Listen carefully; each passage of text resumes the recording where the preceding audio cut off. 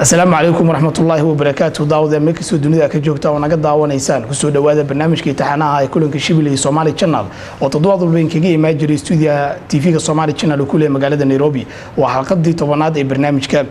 شيخ قفك وجوه الرئي يا وحوليه هاي وحن سلام يا شيخ يا بهذا الصومالي channel وحن ربينا شيخ ويدي هدي والد كي وقصبان إن عن قبر ودعوده وحاسك وبين عن ودعوده إن عن كديده محي الدين تكقبته والدك.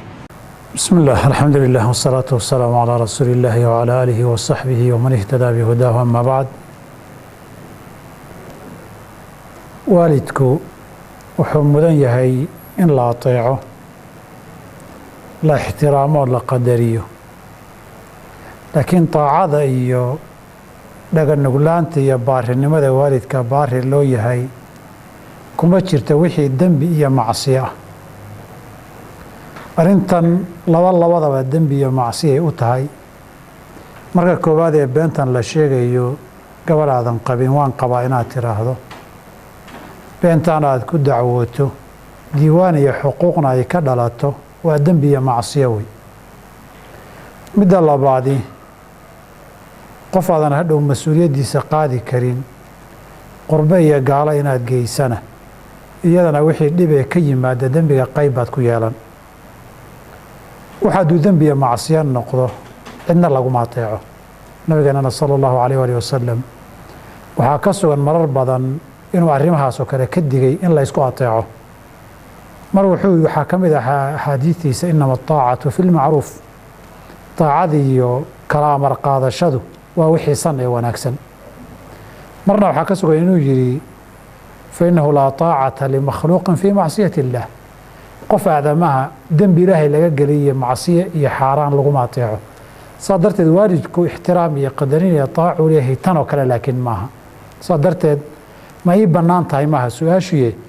waa kaa xaaraan waalidka hadalkiisa inaad yeesho waana kugu waajib inaad diiddo isaguna inuu taasoo kale kaa codsado codsiga laftiisuu ku dambaabaya oo waxa waajibka waalidka laftoodu inay taasoo kale dembiga ka towbad keenaan ay macsiyada iyo xumaanta iyo beenta amrayaan وبالله التوفيق. قف كلا يوحى ولي شيخ السلام عليكم شيخ شبيلي وانكو سلامي يا دقي فيصل عسيري بهذا الصومالي channel مقعي وهوي الصوماليد وحن جوغا نيروبي ولا لو وحان رباينا شيخ ايوي ديس اودغي وحو جرا امريكا 19 سنه mana soo socdo namana ka xinaya anigi ciyaalka marka sabalan ayuu naga qaadaa wuxuu yiraahdaa waan qaadaya aniga maqnaashihiisa kama xumi laakiinse waxa ay dhibtay ballantaani badan oo intuu dhowr mar uu qaado haddana iiga baxayo marka diinta maxay ka qabtaa ballantaas uu dhowrka jeer iiga baxayo alxamdulilah haddii aan mushkilad bil ahayn mushkilad tabitaan reernimo iyo maqnaanshihiisana sida ay saaqabaga hooyadani sheegtay ayna waxba dhib u arkin masaladan ballanta uu qaaday oo sidaan u fahmay ay tahay iyada iyo ilmaha inuu carro Maraykan geeyo inuu qaadana ma bannaanayn in la fuliyana ma bannaana saa darteed shariicadu isaguna waa khaldan yahay iyaduna way khaldantahay isagu waa qaldan yahay oo ballantaa beenta uu qaadayo dee ballan beena iyo wax dembiya ballantii lama qaado in ballan dembiya la qaadana macsiyo iyo sharciga mukhaalafadiisa wey haddii la sameeyo ballanta iyo nadarka wax dembi ana nabigana waxaa ka sugan sal alla alay slam laa nadra fii macsiyatin nadru macsiya mabaa guntamaba kafaaratu yamiin baa laga rabi lahaa hadduu xataa nadar galo laakiin fulintu ma bannaanaateen hadaad ku dhaarato amaad ku nadarto amaad ballan qaadda wax dembiya waxaa ku faran tawba iyo dhaarta iyo nadarka oo kafaaro leh laakiin fulinta wixii aad ku dhaaratay waxaad ballan ku qaaday waxaad ku nadartay ma bannaana ilmo yaryara in arladaa gaalada la geeyoon hadhow awood iyo maamul lalahayn inihii la geeyeyna inta badan ay lumeen hooyadana uma bannaana inay ballantaa tiigsato ay dalbato ay tiraado waa in la ii fuliyaayo ay dhib u kiciso isna xataa hadduu ballan qaaday oo uu daacad ka ahaa inuu fuliyo ma bannaana ceelna nin galaa faysal oo la waraystaaye ilmaha carrada qurbaha iyo galbeedka iyo westreenka loo sii qaadayo أنا نورث أمريكا ما تجين لكن يوروب يا باريغا فوق أستراليا نيوزيلاند ما نقتري ilmaha Soomaaliyeed ee meesha lagu hayo iyo ilmaha muslimka wadamada la geeyana waan arkay ilmo yar geyntoodu ma bannaana waa tahluko diimeed iyo meel qarkaxoora waaye ilmo carruur badan oo Soomaaliyeed oo diintii ka baxay baan arkay anugu oo wadamada dabeecadda da'dooda ka jirtay waxa ma rumaysnin ilaahna ma rumaysnin nabina ma rumaysnin diinna ma rumaysniya waalidkuna waxba kama qaban karo iyagoo sidaas ay qasab guriga ku joogayaan ama ay gaalo la wareegaysaa meeshaas ilmaha in la geeyaay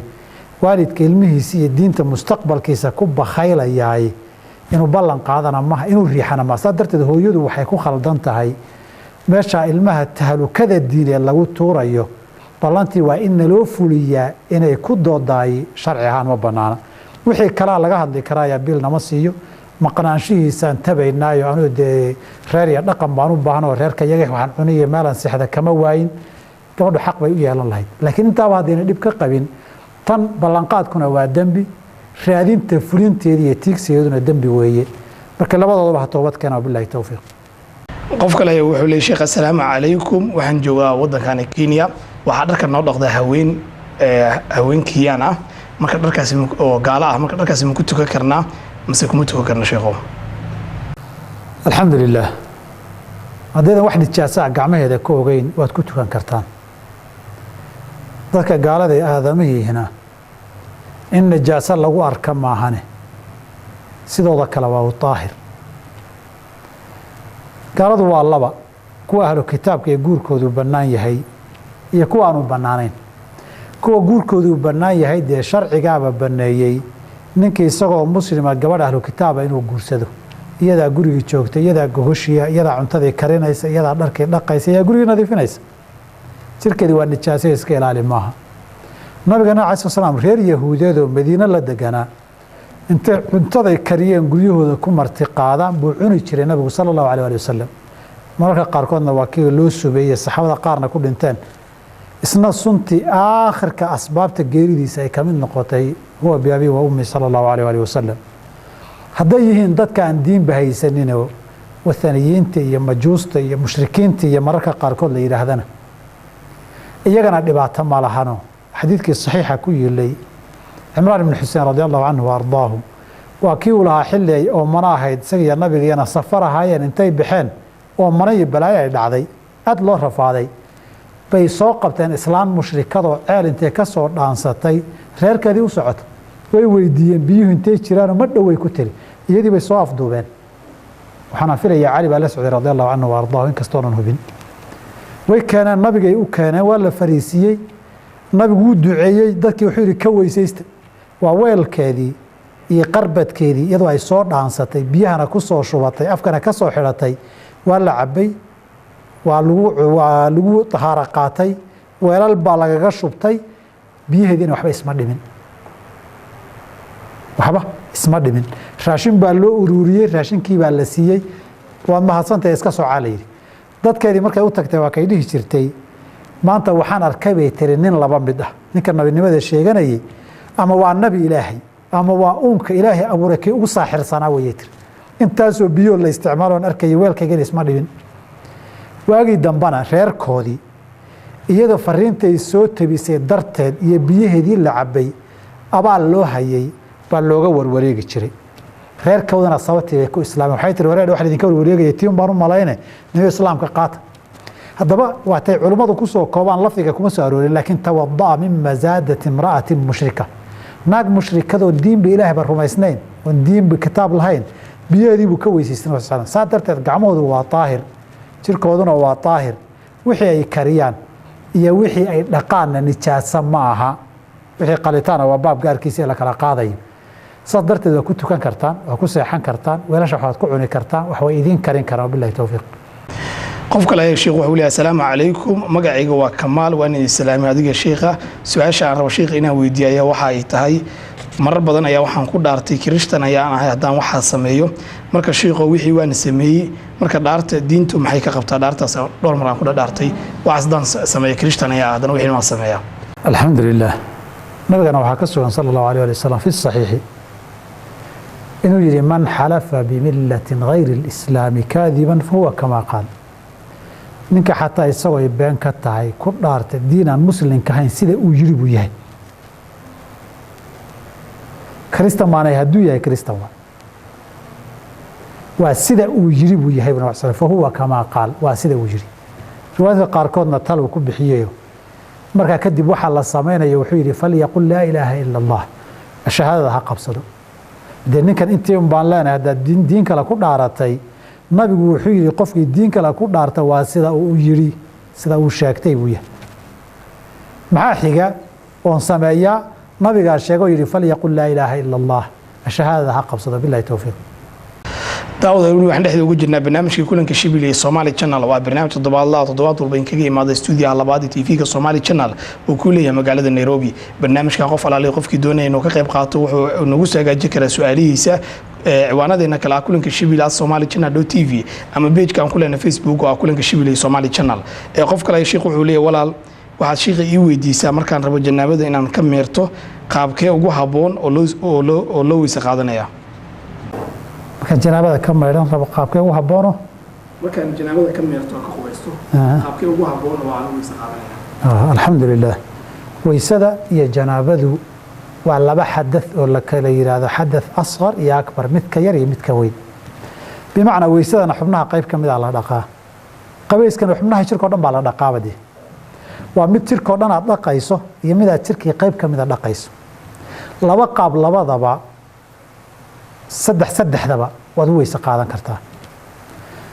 in intaadan weysa qabaysanin aad weysa qaadato ama jirka oo dhan weysa qaado ama lugaha hambee labada ariiqaba nabiga way ka sugan tahay sala allahu alayh alihi wasalam kadibna aad qabaysato sida aad ku weyse qabto qabayska aad weyse qabaysee la eegayana waa un qaybaha ugu dambeeya qaabka labaadii waa inaadan weysaysanba laakiin janaabadii inaad ka qabaysato janaabo iyo qabays waajib inaad qabaysanaysa aad niyooto weysaduna way raacaysaa oo waxa tadaakhulul cibaadaad la yiraahdo weeyo way soos galayaan mar haddaad kii weynaa samaysay xubnaha dhaqi lahayd iyo ka badanba dhaqday inaad ku noqoto waxba looma baahna nabigana lagama warin sallallahu alayhi wasallam intuu janaabo ka qabaysto haddana dib inuu ka weysaystay ma jirto haddii uu shaki kugu yimaado ama weysadii wax jabiyey samaysay ee kugu yimaado ama inaad istaabatay iyo ay wax dhacdo marka qabayska dhamaysata dib inaad ka weysaysato labada horaana ka fiican inaad iska weysaysato kadibna qabaysato waa ariiqada ugu fiican haddii aad qabays waajibood niyootay iska qabaysatana ama janaabo ha noqoto ama xayd ha noqoto ama dhiig umul laga qabaystay ha noqotee iyadana ta kalena weysaduna way raacaysaa oo xubnihii ka badanba waa dhaqday kolba intaan ogahay garanaya anugu ama arkay hadiga nabigeena sallallahu alayhi wasallam isagoo intuu qabaystay qabays waajiba haddana dib weyse cusub ka weysaystay ma arag wabillahi tawfiiq sheekh qof kale ayaa waxa uu leeyahay waxaan rabaa in sheekha la ii weydiiyo su'aal oo ah markaan la baashaalaya xaaskayga waxa iga yimaado biyo aan mina ahayn haddii ay shahwadu kacdo bacdideed oo aan u tago xaaskayga biyihii hore najaas miyaa oo meesha ay iga gaarto ma iska dhaqaya alxamdulillaah biyaha yimaada carabiga madyi baa lagu yidhahdaa miim daal iyo yaa madyi soomaalidana waxaa ka mid a magacyadeeda lixdaleelo ama yixdaleelo labada waa lagu dhawaaqaa labada dhawaaqo soomaalida mujtamacana waan ka maqlay biyaha sidaasee shahwada ka hor yimaada waa biyo jiidma oo yar dhareer ahaana waana biyo aan aada u caddayn oo dhuuxaya lafta iyo yar madow kaga jira aada moodeyso biyahaasi madyiga la yihahda najaaso wey nabigeena calayh salaatu wasalaam baa la weydiiyey cali bn abi aalib bay aada ugu badnayd radia allahu canhu wa ardaa gabadha nabigana waa qabo waa ka xishooday marka rag buu u diray ay ka mid ahaayeen miqdaad bin aswad iyo rag kale nabiga markay soo weydiiyeen wuxuu yidhi waxay meeshay kaa gaadha iska dhaq kana weysayso manacsida kaadida oo kaleeta weeye xukumkeedu najaasada iyo weyse jebinta labadaba biyaha sidaasi hadday ku gaadhaan dee waad iska dhaqi waxaa kaloo nabigeena la weydiiyey sala allahu alayh ali wasalam saxaabada nin ka mid oo ka sugan rasuulka ilaahayow ma ku tukan karaa maradii xaaskayga aan ugu tegeen ugu galmooday ma ku tukan karaa nabigu wuxuu uhi nacam in lam tara shay-an ilaa an taraa shay-an fataqsila inaad wax ku aragto qoyaan oo gaadhood markaa ka dhaqaysa maahane haddaba haddaan waxba gaadhin laga dhaqi maayo waad ku tukan kartaa haddii wax kaa gaadhase waad iska dhaqi xadiidka cuثmaan radi allahu canhu ardaahu isagana waxaan leeyahay zayd ibn khaalid aljuhani marka nabiga la weydiiyey alayh salaam qofka waxa ka soo gaadhay xiriirka gogosha iyo reerkiisa markay dhex maraan wuxuu yidhi wixii ku soo gaadhay ee qoyaana waad iska dhaqi saa darteed waad iska dhaqi wixii qoyaan ee jirkaaga ama maryahaaga gaadho bilahi towfiiq qof kale ayaa waxa uu leeyahay asalaamu calaykum magacayga waa Sakriye Cali Faarax waxaan joogaa Muqdisho hadda ka hor ayaan xanuunsaday waxaan xaaskeyga ku idhi aan ku furo oo waan xanuunsanahay markaas waxay tiri ma yahay furin waa ku samreeya marka sheekhow ma aan furin gabadhii waan isqabnay ilaahina caafimaad ay siiyay waan caafimaaday marka aan ku furo gabar xaaskeyga ma iga furanta waliba aniga xanuunsan waan caadi ahayn alxamdulilah marka koobaad dee ilaahay ku caafiyey mahadnaq iyo shukri buu kaa mudanyay inta naga jirana allah caafiyo marka labaad dee xaaskaagu libin iyo abaal bay kugu leedahay adoo xanuunsan hadday kuu sabirtay adna wax badan aad ugu sabirtaa lagaaga baahan yahay labadaa marka laga soo tago sidan furiin maaha waxaa kala duwan oo rabaa inay fahmaan dadka dhegaystayaasha iyo daawadayaashii furiin iyo ballanqaad furiin طلاق iyo wacdu biطalaaqi mas'aladan waa soo jeedin furiin furiin maaha soo jeedintaa kadib bay fulin iyo inaan la fulinin lahayd saas darteed gabadhu sidan kuma furanto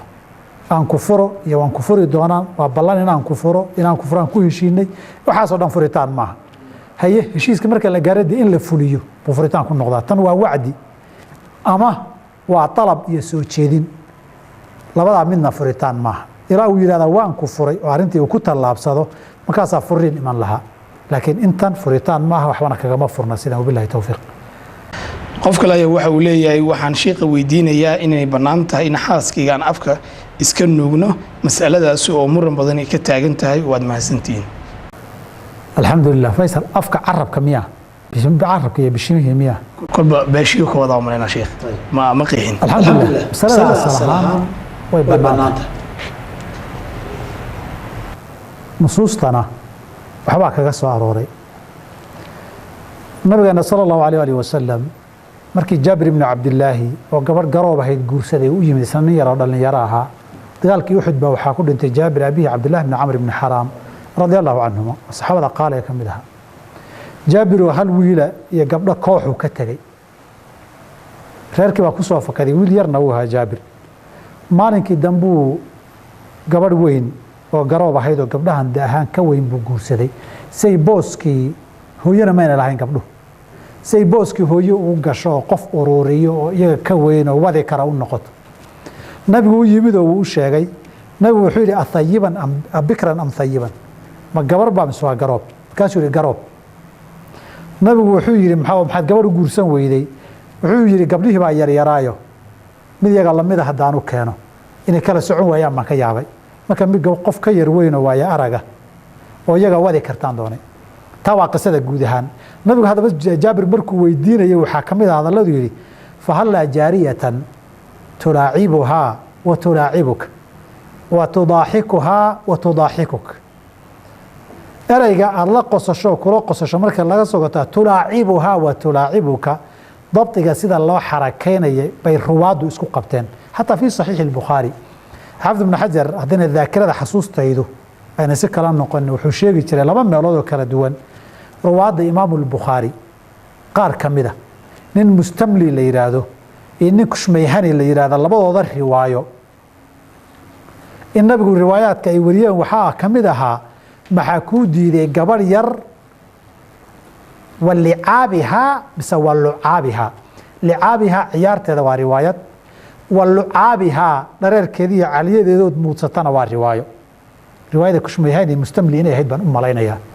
mar kale wuxuu dhihi jiraan u malaynayaa adunnu inuu atalkhiis alxabiirka ahaa wa habata fii riwaayatin lilbukhaariy waxaa ku sugan riwaayaadka bukhaari qayb ka mida ereyga waa lucaabihaa marka inaad dhareerkeeda iyo caliyadeeda muudsato riwaayo imaamu طabaraani uu warinayo oo sanadkeeda maqaal ku jira dacfi min xadiidi kacb ibni cujrat oo qisada jaabirah iyadana waxay ahayd fahallaa jaariyatan tulaacibuhaa wa tulaacibuka wa tacuduhaa wa tacuduka aada qaniinayso iyadana ku qaniinta waxaa kale imaamu axmed uu wariyey fii musnadihi min xadiidi caaisha culimmada qaarna ay taxsiiniyeen qaarna tadciifiyeen inay tiri nabigu kaana yuqabilu caaishata wahuwa saa'imun wayamusu lisaanaha carabkeedana waa muudsan jiray jumlada wayamusu lisaanaha waxaa loo badan yahay inaan asixin laakiin fuqaha badan baa waxaan rabaa inaan ihahda u daliishaday iyo riwaayada bukhaari wa lucaabiha caliyadeeda ah bay u daliishadeen masaladan lafteeda culimmada anigu wax diiday ma arag laakiin kutubta fuqahadeena mucaashara zawjiya maxaa barnaamijka ka hadlayaan in afka la iska dhunkaday iyo in bishimaha la iska muudsaday iyo in carabka la iska muudsaday iyo dhammaan inay bannaan tahay iyo asalka ibaaxada iyo istimtaaci bannaana bay ka mid tahay billahi towfiiq qof kale wuxuu leeyahay sheekh assalaamu calaykum waxaan rabaa sheekh inaan weydiiyo qof ayaad hawada iska mehersateen oo ayna is arkin oo aad iska aragteen teknolojiyadda Skype-ga Fontage-ka iyo wixii la mid ah waxayna kala qarsoonna ma jiraan sidaas daraaddeed haddii aad furto ma waxa ay leedahay meher buuxa mase waxa ay leedahay kala bar meherkeeda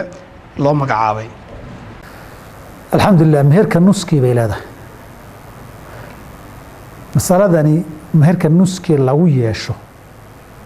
waa xiriir gogoleed iyo galmo inay dhacdo in la isdaadaawada maaha hadda waxaad ka hadlaysa waa inaa isdaadaawateeno kaamerooyin aad iska daawateen ama Skype ka dhig ama Fontage ka dhig ama stream live-ka ka dhig ama baaltoogyada iyo qolalkan camera video cameraska ka dhig waxaa dooni ka dhig ama teleefoonadan la iska arka ka dhig labadan qof camera iska arkeen labada qof haddii ay xiriir gogoleed iyo galmo timaadana meherkii oo dhammaystiran bay gabadhu yeelan haddii aynan lahaynna oo galmo iyo xiriir gogoleed dhicinna gabadhu meherka nuskay bay leedahay naska qur-aanku sidaa way waxa kala saarayaay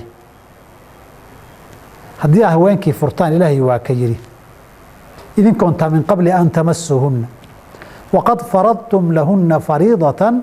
fanisfu maa faradtum nus bay leedahay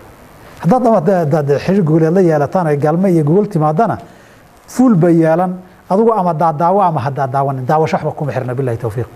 daawadaani waxaan dhexda uga jirnaa barnaamijkii kulanka Shibili ee Somali Channel oo ah barnaamij toddobaadle ah oo toddobaad walba in kaga imaada stuudiyaha labaad ee TV-ga Somali Channel oo ku leeyahay magaalada Nairobi qof alaaliyo qofkii raba in sheekha su'aaluhu soo weydiiyo oo uga jawaabo wuxuu nagu soo hagaajin karaa ciwaanadeena oo kala ah kulanka Shibili at somalichannel.tv ama page-ka aan ku leenahay Facebook oo ah kulanka Shibili Somali Channel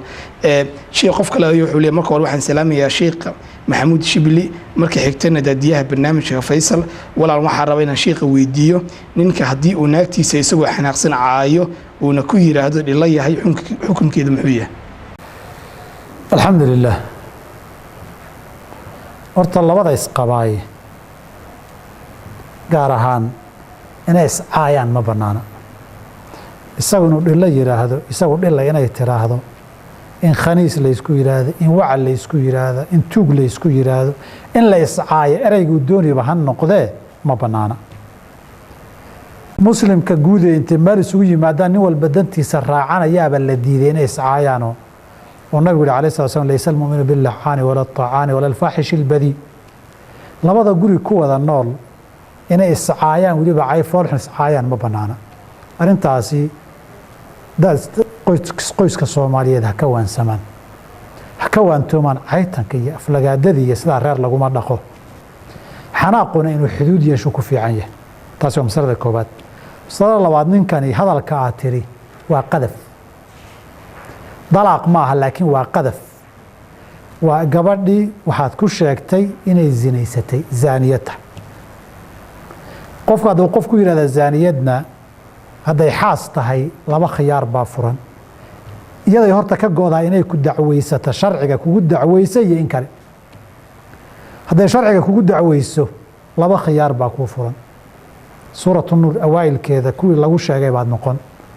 waaladiina yarmuuna aswaajahum markhaati inaad keento afar markhaati inaad keento oo iyada xaddu zinaya ay ku waajibto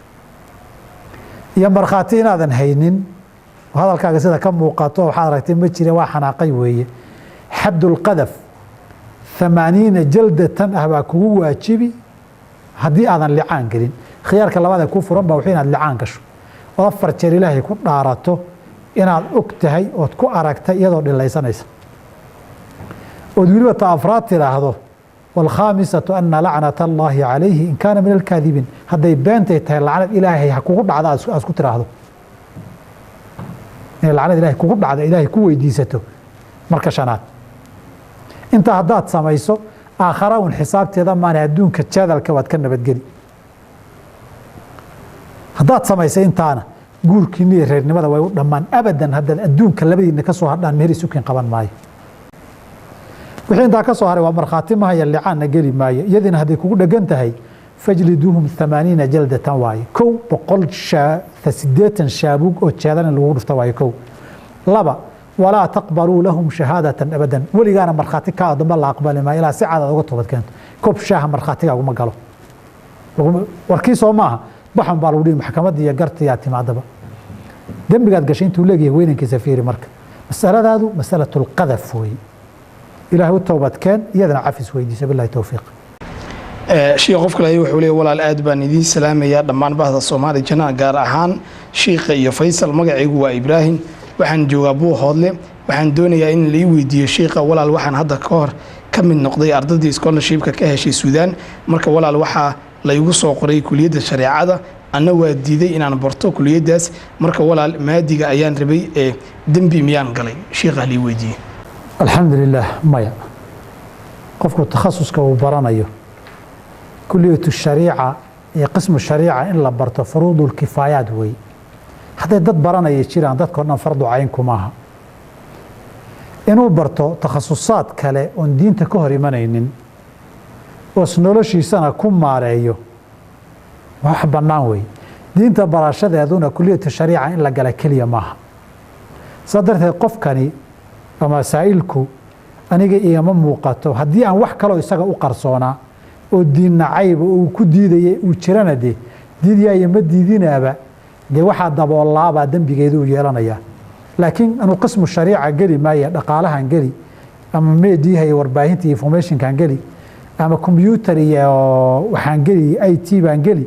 ama caafimaad baan gali ama engineering baan gali ama beeraan gali wax dhibaato ma laha qofku waxa ma dambaabin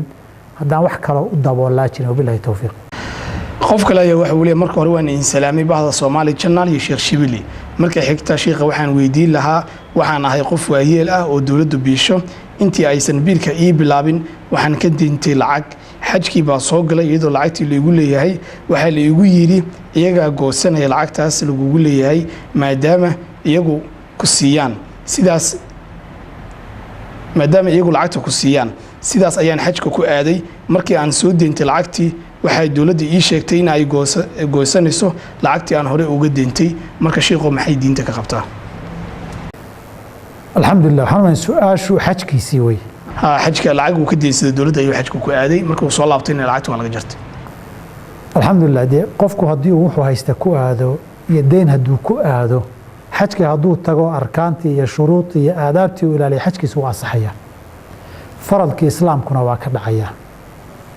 واجب كما قفك الدين انتو قاطع انه حج كو هذا لكن هدي الدين كو قاطع هذا اما الداق كو هلو سوى قف عقلي يسوجو قانقار او حرا وياهي فرض كان waa ka dhacaya xajkiisuna waa asaxaya xajkiisa wax dhibaato soo gaarsiin mayso deynta uu qaatay laakiin haday deyn riba ahayd su'aasha kuma jirto haday deyn laakiin riba iyo xaraan ay gasho de waxan uu qaatay uu ku dambaabaya xajkiisuna waa asaxaya waa nooc fuqaada ee markay yiraahdaan buu noqon saxa wa asa xajkuna waa asaxaya isna wixii kale galay dambigu kale u dambaabaya Soomaaliya xajka dad joogo dambi galaya sigaar cabaya ama dad xamanaya xajkuna waa asaxaya dambiga kale sameysana waa dambaabaysa sida cibaadaadka marka ugu jira dunuubta la sameeyo qof sooman oo dad xamanaya saxa wa asaawi xaj soonkaagu waa asaxaya tan dambi waay laba isku xidhan maaha wayna kala bixi karaan adoo Soomaaliyeed waa dambaabi kartaa adoo Soomaaliyeed dambaab way dhici kartaa billahi tawfiiq sheekh waxaan soo gaarnay qiimihii dambe ee barnaamijka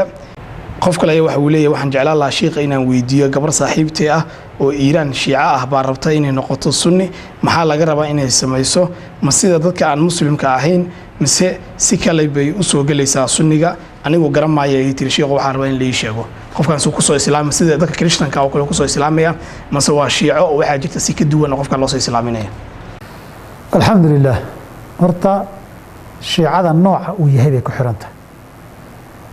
shiicadu qaar sida gaalada islaamka shahaadada loogu qaban baa jira hadduu shiico buharaa yahay hadday shiicadeedu agakhaan tahay hadday shiicadeedu nimanka nusayriyiinta ee hadda suuriya haysta tahay hadday shiicadeedu nimankan duruusta ee lubnaan joogoo kaleeto tahay kuwa haddii ay tahay shiicadeedu waa gaal hadda la islaaminayo wey xataa muslimna maaha murtadiinna maaha kufaar asliyiin wey waayo kacab intaasoo qarni bay gaalnimo soo kala dhaxleen gaalkuna hadduu kacab gaal soo noqdo kii horea murtad yahay murtadkii ma taagnaado hadday kuwaa tahay shiicadeedu muusan soo sheegin qofkuya hadday shiicadan kuwan jacfariyada itnaa cashariyada la yidhaahdee hadda ciraaq iyo iiraan iyo haysta ay tahay ama kuwan zaydiyada yaman ku badan iyo ay tahay kuwa nooca shiicadoodu hadday tahayna dee odayaasha madaxyaweynta maahane mujtamaca intiisa kale mukafiraad ay ku dhaceen way jiraan laakiin ilaa xujo lagu oogo xaqana loo caddeeyo waa gaala ma dhihi karno qaab kaloo sunnada u gelayaan baa jira kuwaan dambuuna aan dhahadee kuwaas hadda shiicadana u badan horena xukunkeedu waa cadyahay oo sidii gaal cusub baad loo dhaqmiyo gaal cadaan oo kristan oo soo islaamaya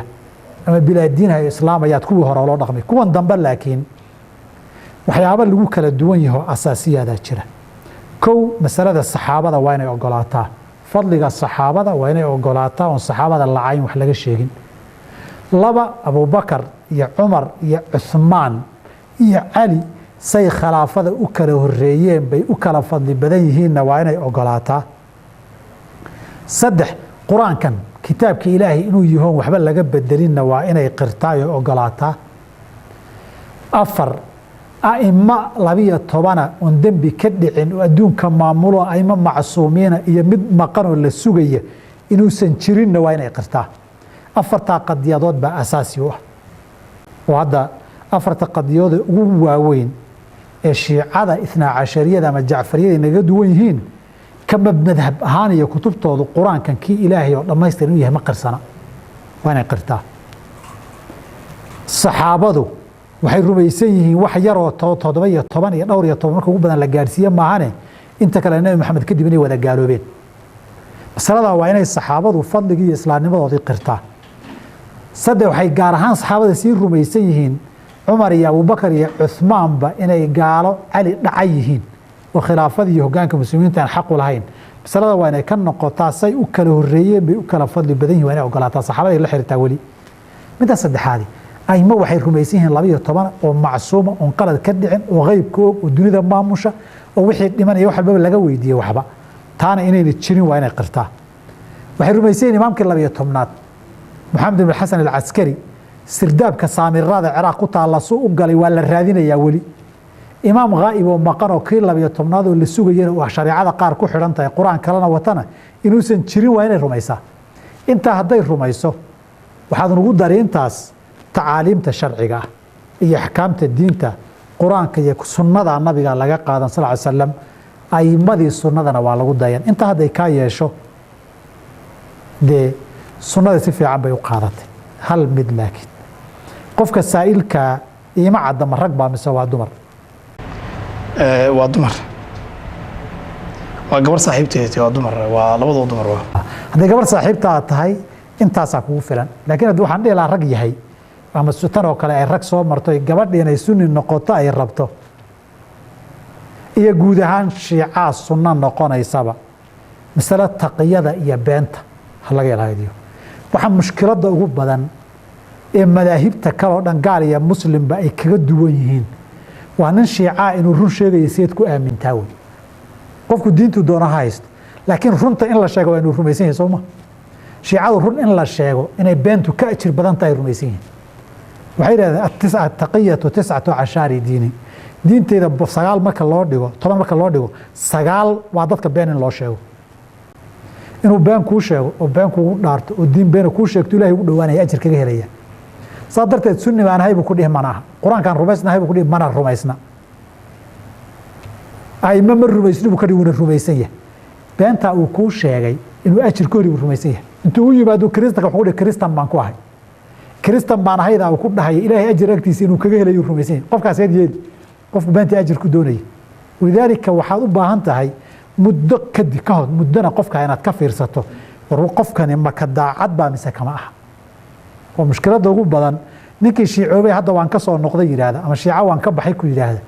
inaad rumaysato xataa hadduu kuu dhaarta ma sahlana wabillahi towfiiq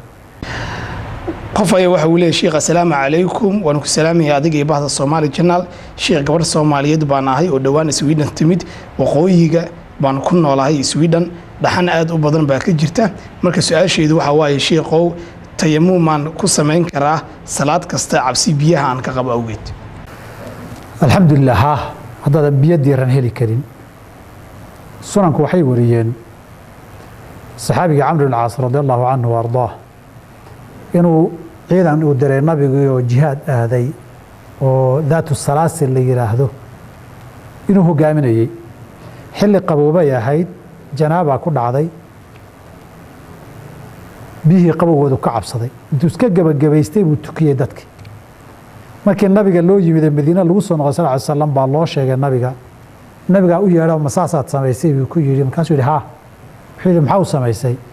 biyihii baan ka cabsaday buu lafahayga waxaan xasuustay ilaahay inuu yiri quraanka walaa taqtuluu anfusakum inna allaha kaana bikum rahiima naftiina hadii ilaahay idin naxariistaa biyihina waan ka cabsaday markaasaan sidaan sameeyey nabigu waa ku qoslo waa ka aamusay sallallahu alayhi wasallam maana sida uu aad u dariishaday inay sax tahay baa ka muuqatay